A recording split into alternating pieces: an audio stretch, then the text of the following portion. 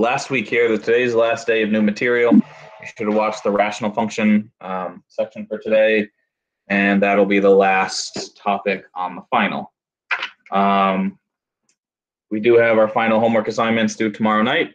Yes, there are 6 of them, which is a large number. I've tried to mark maybe 30 to 40% of those right ahead of time, just so to reduce the total number you have to work on, but also give you some extras to look at if you need some more practice with any of those. And then the next week, so we'll have our final next Tuesday, should just be final exam review time. And as a reminder, you can bring in a standard size piece of paper, which I think is 8.5 by 11, with notes. So please, as you're studying, start to prepare that sheet of paper. Okay, so today you're supposed to look at rational functions. I had some questions about that. I had a question about the polynomial section. And I know someone specifically asked me to just kind of review polynomials in general. So I'm going to start with that. Are there questions about the final or the end of the semester or anything before I start looking at polynomials?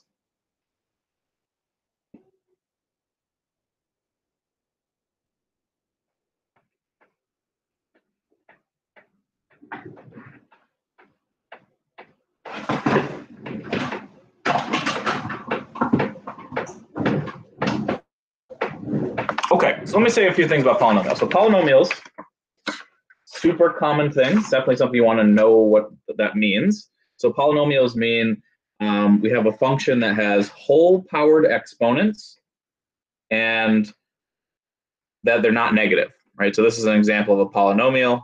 I did some non-examples in class. Not sure where those are actually. I'm not sure why they're not on this page. My printer's a little bit screwy, so I may not have printed those out. But things that are not polynomials would be like square root of x is not a polynomial, right? Because that's x to the 1/2. That's not a whole number. Or something like x to the -3 wouldn't be a polynomial because it has a negative exponent. So it needs to have positive whole-powered exponents. That's the key thing about polynomials. And so here's an example of one. Here's some different examples here. And a lot of the homework that's in the polynomial section is just answering quick questions like, what's the degree of this thing? What are the coefficients? And things like that. So those are kind of quick questions. That's another reason why there's so many homework problems, because I think some of them should be very, very quick. And so a lot of this section is about like graphing these things. So learning the definitions behind what things mean, but also graphing. And all the questions I had about the section were about graphing. And so let me just run through graphing really quick. The idea is we figure out where the zeros are. So we find out the zeros by factoring and setting it equal to 0. And then we test points in between the zeros. Once we have an idea of the positive or negative values between the zeros, we figure out the end behavior. And the end behavior is determined by these things down here. And so what the things down here are telling us, generally speaking, is that if a polynomial has an even degree, so the biggest power is even, like these two here, then both ends point in the same direction. All right. I think my printer's finally done here. I'm going to shut it up. Okay. And most of the questions I had for the homework were related to this end behavior stuff. So what this end behavior stuff is telling us is, geez, shut up, you stupid printer.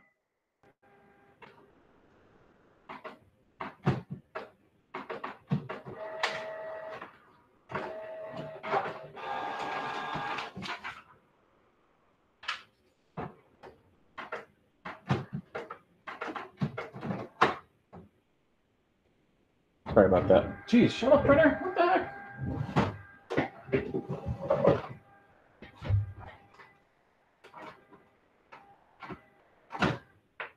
Literally had to unplug it. My goodness. Okay.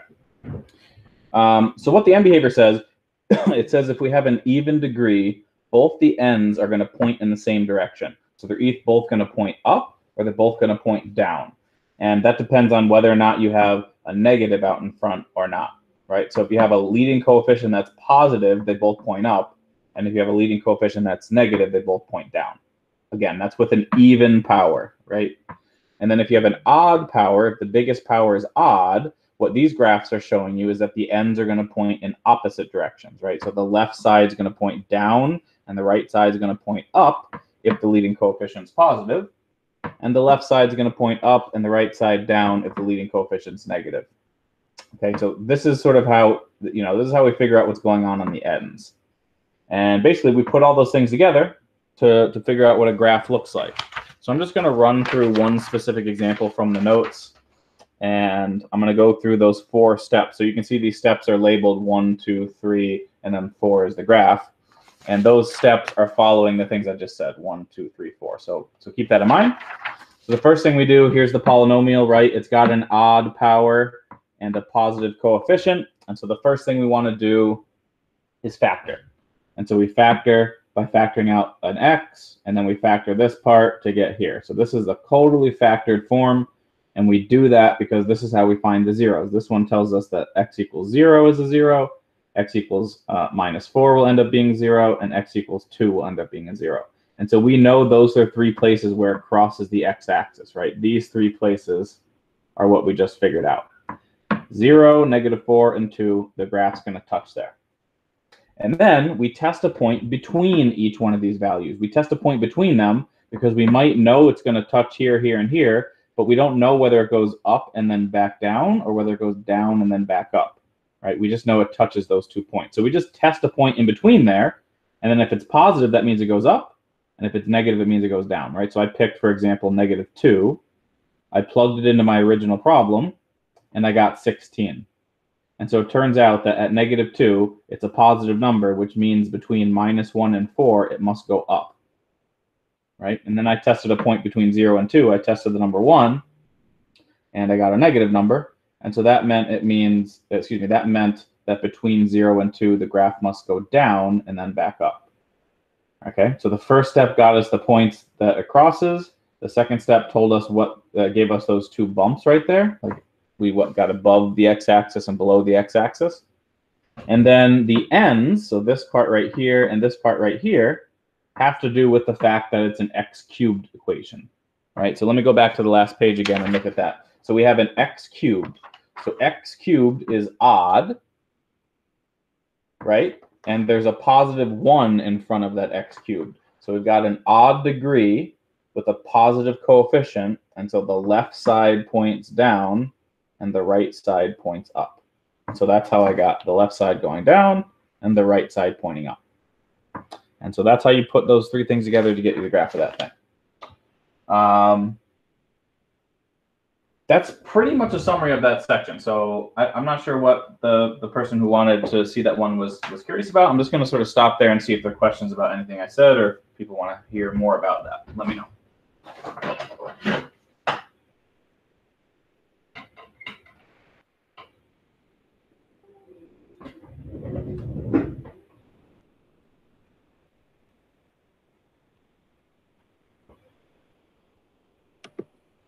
Professor, could you briefly talk about the cusps and corners and breaks? Sure. Yeah. So that's just like a minor thing. Let me see the first page. I skipped over it because it's not something you really need to know very carefully. So what this is talking about is just the definition of being continuous. And I'm just going to mute you real quick, Cameron, because it sounds like you got some voices coming out there, some feedback. But what this is just doing is talking about what continuous and non-continuous is. And it's talking about that because it says right here that polynomials are always continuous. And so I figured, well, since I'm going to use that word, I might as well just write a couple pictures about what continuous and non-continuous are. So continuous just means what it sounds like. It means you can trace your finger along the graph without picking it up, right?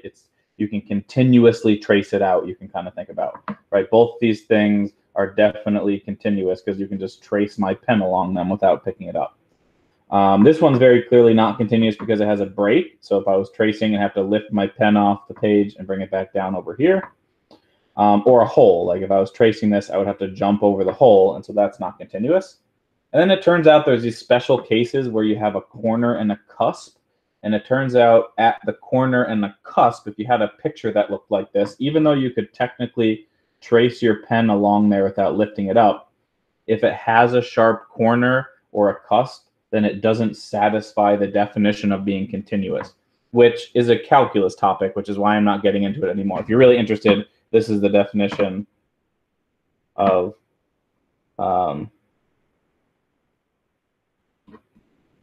this is the definition of being continuous at a point. If that exists, then the function's continuous at A. And it turns out that this definition is just not satisfied when you're at a corner and a cusp. Again, that's more of a calculus thing, and so we're not really going to talk about that here, but I just wanted to clarify that, yes, there are technically times where you could trace your finger along a graph, but the thing that represents this graph is not a polynomial. For example, think about absolute value. Right? Absolute value of x looks like this. That's horrible. Let me draw a better absolute value. We know absolute value looks like a v, right? That's absolute value of x. That's not a polynomial because it's got the absolute value, right? Polynomials need to have like just whole powered exponents. And it has a corner. That's a corner right there. So it kind of looks like this is a continuous graph, but there's something funky going on kind of at the corner and just showing you that, hey, this is not actually a polynomial. So I wouldn't worry about, it's not something you need to like, I wouldn't add this to your sheet for the final, for example, or anything like that. But since you asked, I figured I'd mention that. I just don't know if you're gonna like have us solve like for the next page of 95. No, these kind of things don't come into problems at all at this level. Okay. All right. Again, if you're going to take calculus, you'd want to be familiar with maybe what a corner is, but you'd get into more detail with that in a calculus setting. Okay, thank you. Other thoughts about the notes at all? Again, I had 2 questions about this one from the homework that we can look at, but I just wanted to see if there's any other questions about the notes before I pull up the homework.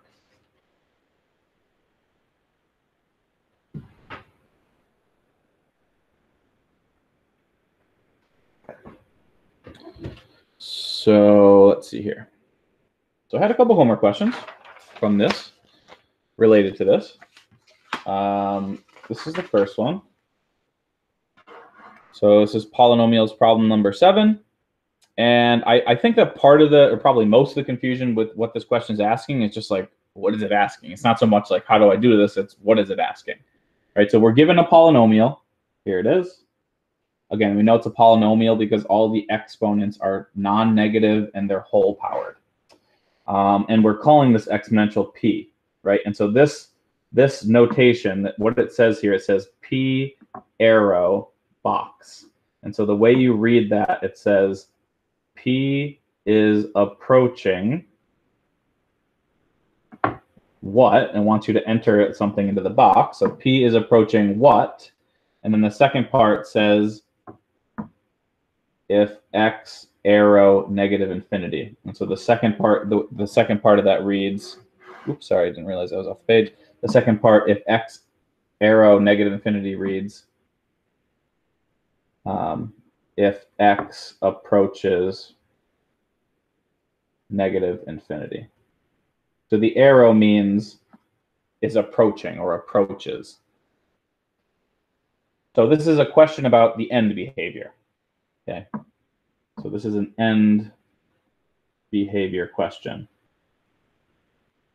In other words, it's saying out to the left, what's the graph doing? What's it doing on the left side, right, as x goes to negative infinity? And then the second question says, what is it doing on the right side, right, as x goes to positive infinity? Like if we were looking at the graph of this, this is the x-axis, and negative infinity is going this way, and positive infinity is going this way. And so it's saying what's going on over here and what's going on over here in the graph. And so that's a question where we would want to use the information about the end behavior. All right, so we have a positive, the biggest power is 10. And so we have a 10th degree polynomial with a positive coefficient of 18. So let me write that down here. Let me zoom out a little bit. I didn't realize it was still zoomed in. So what we have here is we have a degree 10 polynomial. In other words, it's even. And the leading coefficient is 18. Is positive 18. And so let's go to the end behavior chart. End behavior says when we have an even degree with a positive leading coefficient, both of the ends are going to point up, right? And so they're both going to go up. And you can see if I zoom in really close on what this says right here, I know it's kind of hard to see right now, but look, when I zoom in right here, it's using that same notation, right? Y arrow infinity, X arrow infinity. And so this is what we want to enter, right? This is saying as X goes to positive infinity, the Y values also go to positive infinity. And same thing over here, right? As X goes to negative infinity, Y goes to positive infinity. So we're entering positive infinity for both the Y's. Zoom back out.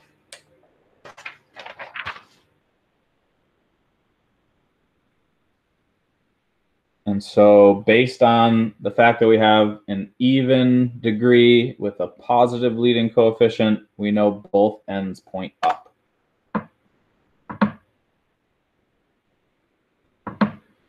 So both ends point up to positive infinity. Right, so it's not even asking you to graph it, it's just saying what's going on in the ends. So the polynomial approaches infinity. Right, and it wants you to enter the words negative infinity or infinity. So it goes to positive infinity in both cases. Again, yeah, go ahead. Sorry. If we were to graph this, we would obviously see that it's going infinity on both ends of the graph. Right? Well, if you would graph it, you'd follow the same process to figure out what the ends are doing, right? So this question is like it's like the last part of graphing it, right? The last part is what happens on the ends, and this question's just asking for that part.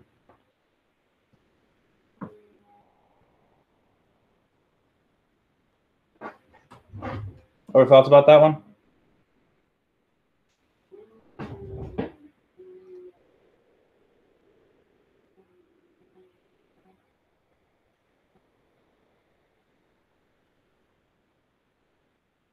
Got the chainsaw crew outside my house too. I don't know if you can hear that, but fun noisy morning here. Okay, the other question I had from this is from the next section, actually, from the graphing section. But it's the same kind of question, and maybe just going into more detail, actually. So on this question, we're given a polynomial.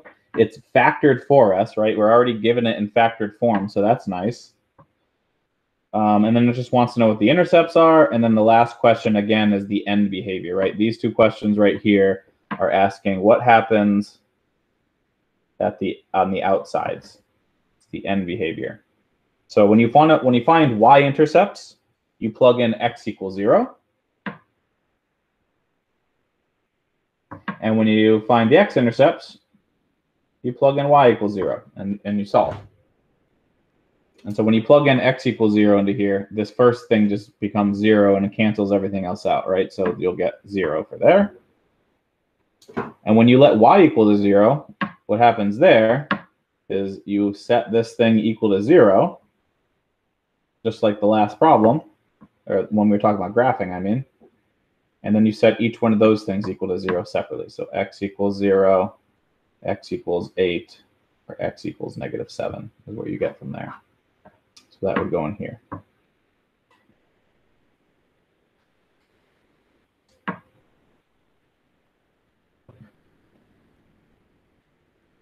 Thoughts about the intercepts at all? You find intercepts the same way no matter what problem you're working on, whether it's trig or logs or polynomials. You let x equals 0 to find the y-intercept. You let y equals 0 to find the x-intercept every time. Solving the equations might be different, but the process is similar. So would this be a 0-degree graph or a 1-degree graph? So if you multiplied this all out, you'd have an x times an x times an x, and so it would be x cubed plus some other stuff. Can you see how that would happen? Like there's 3 x's and they'd each eventually get multiplied. And so the degree of this one is a degree 3. Yeah, so you're right. That is a little bit tricky here since it's factoring. It's helping you with the intercept, but it makes the degree a little bit harder to see. So if you get it in a factored form, you just want to basically count how many x's there are. So there's 3 x's. So if we multiply this out, we'd end up with an x cubed. So it's degree 3. Let me write that down here. So it's degree 3 In other words, it's odd degree. And the number, in, you know, there's 3 positive x's that you'd be multiplying together, right? There'd be a 1 in front of there. And the leading coefficient is 1. And so we have odd degree, positive coefficient, and so that's this case here, right? We've got odd degree, where are we? Odd degree, positive coefficient, and so the ends point away from each other. The left one goes down, the right one goes up. And so when we enter this one, as x goes to positive infinity, y goes to, and you can see it's giving you the infinity part. It just wants you to enter plus or minus. So y goes to plus infinity. And on the left side, y goes to negative infinity.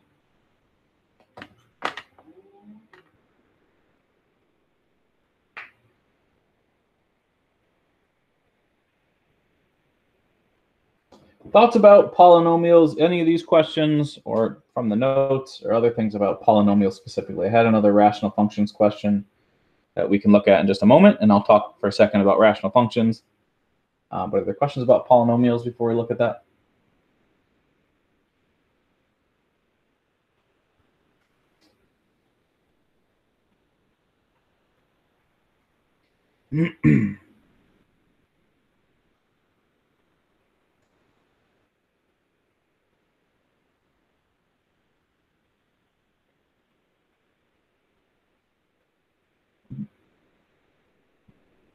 Okay, so let me say something about rational functions quick. Allow me to maybe just summarize quickly.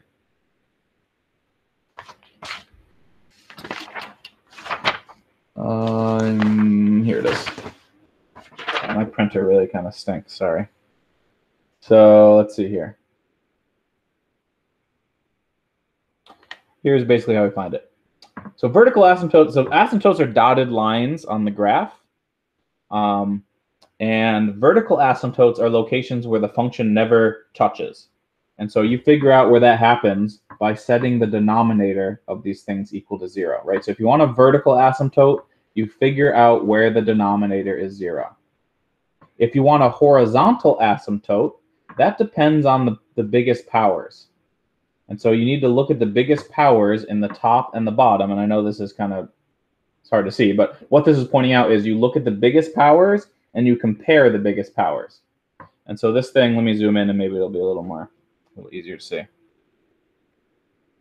Not really, but this says x to the n. So the biggest power on the top is an n, and the biggest power on the bottom is an m. And so this is saying if the power on the top is less than the power on the bottom, we have a horizontal asymptote at 0. Oops. If they have the same power, right, if n equals m, then you divide the leading coefficients. If the power on the top is bigger, then we don't have a horizontal asymptote. And so again, to find vertical ones, you set the denominator equal to 0. To find horizontal ones, you compare the powers on the top and the bottom. So like on this first example, for the vertical asymptotes, I'm taking the denominator and I'm setting it equal to 0. Right? And so that's exactly what I did. I'm solving x squared minus 1 equals 0, and I get plus or minus 1. And so there are vertical asymptotes at plus or minus 1.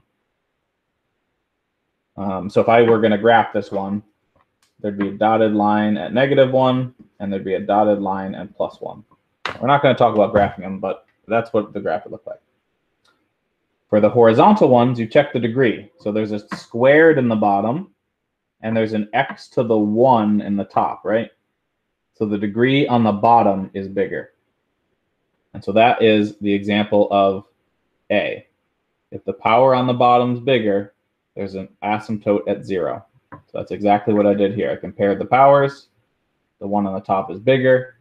And so we have an asymptote at 0. So if I were going to graph this one, there'd be a dotted line right here at y equals 0. Now, if I have a lot of time in a class, I'll sometimes talk about graphing these things. We're not going to talk about it this semester. And personally, I don't think it's a very valuable thing to do. It's kind of like interesting, and I don't know, maybe it's useful sometimes. But I actually don't find it very useful, which is one of the reasons we're skipping it. We're also just skipping it just out of lack of time. But that's sort of the first step in graphing, is kind of figuring out where the dotted lines are. And knowing where asymptotes are have more value than just graphing these things. And so that's why we're doing these things. Okay, so the question I had was about these types of problems. Can I clarify further? Do you want me to do another one of examples from the notes? Or is there something about the notes or anything that people want to hear about before I look at the homework?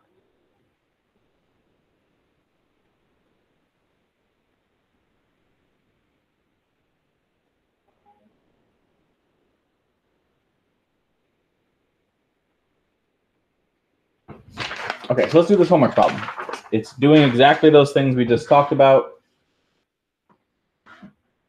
I know it's kind of hard to read, but we'll go through this one and I'll explain what's going on here. So here's the function we're given.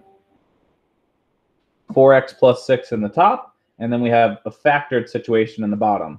And so keep in mind that if we multiply the bottom out, this is kind of similar to the last one, we have two separate x's, and so if we multiply the bottom out, we'd end up with 24x squared would be the biggest power. So we're going to need that for later. Note that the bottom, the biggest power might be a square. And the biggest power in the top is just a 1. Okay, so vertical asymptotes.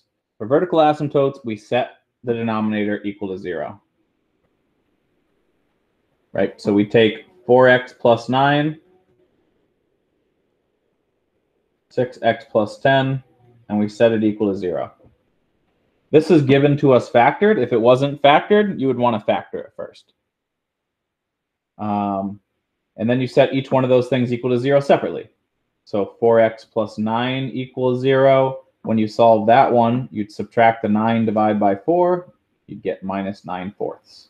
So there's an asymptote there. And then when you do 6x plus 10 equals 0, subtract the 10 divided by 6, you'll get minus 10 over 6. So those are the two vertical asymptotes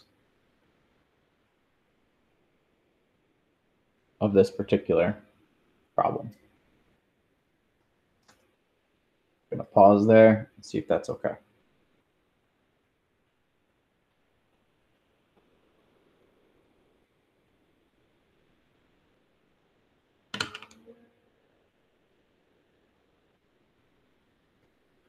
For the horizontal ones, you look at the powers, right? And so in this case, the highest power on top is a 1, right? There's an x to the 1. And on the bottom, there's a squared. And so the power on the bottom is bigger than the power on the top. So that chart we just looked at a second ago tells us that we're going to have the same situation that of the last one, right? So this one says when we have a bigger power on the top, on the bottom, there's going to be a horizontal asymptote at y equals 0.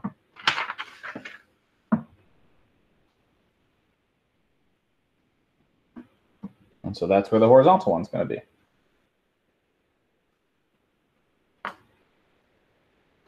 Questions about the asymptotes at all?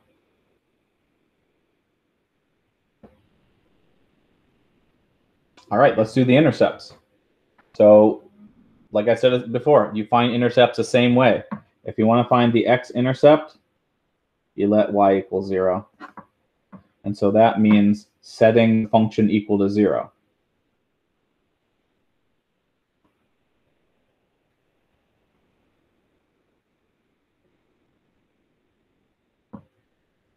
Now, the way you solve, this is a good review for the final, the way you solve fraction equations equal to 0 is you multiply both sides by the denominator. That's a big denominator, and so I'm just going to ignore it and just write denominator. And it doesn't matter because it cancels out over here, and then 0 times denominator stays 0. So what you really end up doing is you just take the numerator and set it equal to 0. Or the other way to say that is if you want a fraction to be 0, then the numerator needs to be 0. And when you solve that, that'll tell you the x-intercept. And so subtract the 6 divided by 4, minus 6/4 would be the x-intercept. For the y-intercept, just like we did before, you let x equal 0. So you get y equals 4 times 0 plus 6, 0 plus 9, 0 plus 10. And so you're going to get 6 over 9 times 10. which is 6/90. And you're welcome to reduce that if you want. Doesn't really matter to me. That would be the y-intercept. Questions about the intercepts?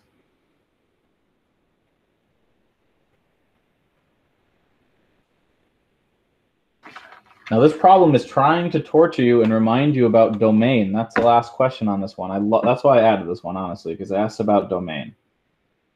And domain is what we talked about way back earlier in the semester when we were looking at rational functions, right? So we're coming back to rational functions and talking about asymptotes, but let's not forget about the domain of these things, right? So for domain, you want to avoid dividing by 0 or taking the square root of a negative number. This is, again, good final exam review. I'm definitely going to ask you about domain on the final. So you want to avoid dividing by 0 and square rooting a negative, right? Well, there's no square roots in this problem, so we don't have to worry about square rooting a negative, but we do need to avoid dividing by 0, right? We're going to divide by 0 if the denominator is 0. And so remember how that worked is you set the denominator equal to 0. Well, we just did that a second ago. Right? We just set the denominator equal to 0 to find the asymptotes. And so the asymptotes are also places where the function doesn't exist. And so that's not in the domain. And so I'm not going to redo that. I'll just say by above, we know that x can never be 9/4, negative 9/4, and x can never be minus 10/6. And so those are the places we need to avoid. You want to avoid these places when you write the domain down.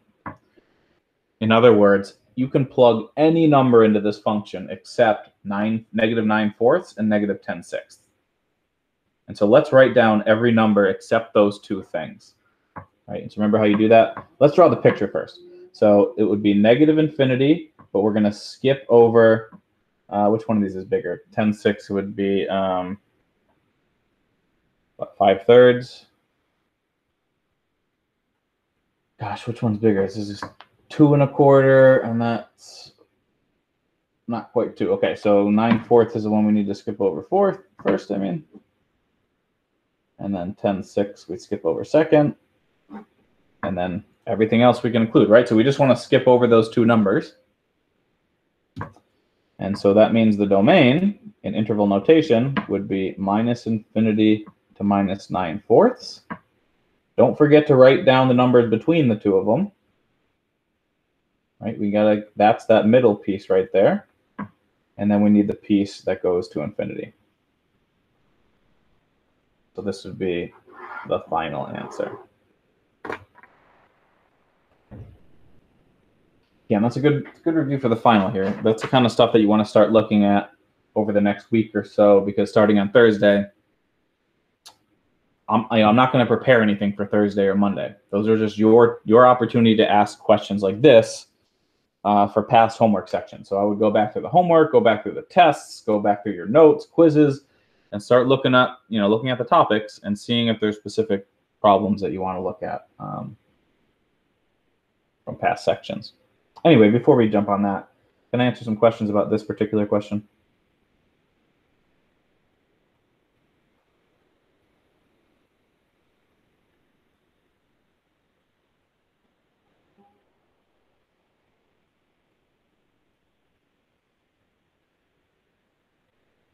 Other questions about anything at all? I know. It's a review of everything we've done this semester, correct? That's right. The final is cumulative. All test topics, practice problems, all that kind of stuff is all on Blackboard under test topics and solutions if you want specifics. But yes, it covers everything. But again, please keep in mind that, like all this stuff builds on itself, like factoring, for example, right? That's something we learned in the first section. We factored polynomials, but then we factored everything else under the sun. We factored sine and cosine. We factored exponentials. We factored polynomials. And so, things like that carry through the course, I guess is what I'm trying to say. Or like finding intercepts, right? That's like one topic that applies to all the different things. And you can please remember, bring and prepare a note sheet. If you just start building your note sheet up as you study, I think you'll feel much more comfortable about the final. And that's not something I usually do, by the way. Just to be clear, these are special circumstances for this weird time we're in, blah, blah, blah, uncertain times, et cetera, et cetera. Just trying to help you feel comfortable. Most of the time, our class ends, the exam's 2 days later, and there are no notes. So I hope you appreciate that at least a little bit. What else can I help with today? Other questions about anything?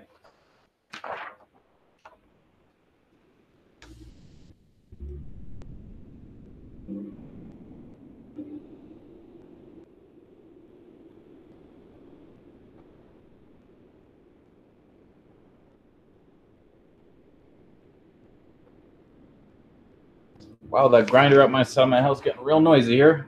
If there aren't any other questions, I'm going to stop this video and post it. I'm around.